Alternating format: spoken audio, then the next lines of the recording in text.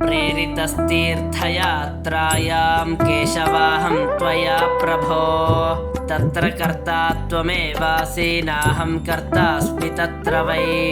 ತೀರ್ಥಯಾತ್ರೆ ಮಾಡುವಾಗ ಹೇಗೆ ಸಂಕಲ್ಪ ಮಾಡಬೇಕು, ಚಿಂತನೆ ಅನುಸಂಧಾನಗಳು ಹೇಗೆ ಇರಬೇಕು ಎಂದು ಈ ಶ್ಲೋಕದಲ್ಲಿ ತಿಳಿಸುತ್ತಿದ್ದಾರೆ. ಕುಸುಮಾಚಲ ಮಹಾತ್ಮ್ಯದಲ್ಲಿಯ ಶ್ಲೋಕವನ್ನು ರಾಮಾಮೃತ ಮಹಾರ್ಣವದಲ್ಲಿ ಉದಾಹರಿಸಿದ್ದಾರೆ. ಭಗವಂತ ಕೇಶವನಾಮಕನಾಗಿದ್ದಾನೆ.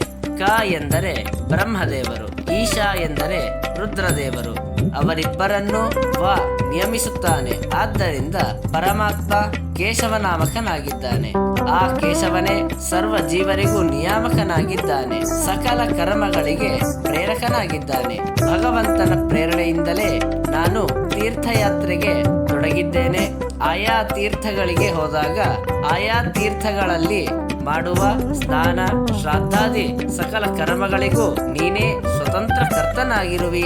ಆಯಾ ಕ್ಷೇತ್ರಗಳಲ್ಲಿಯ ಭಗವಂತನ ದರ್ಶನಕ್ಕೂ ನೀನೇ ಸ್ವತಂತ್ರ ಕರ್ತೃನಾಗಿರುವಿ.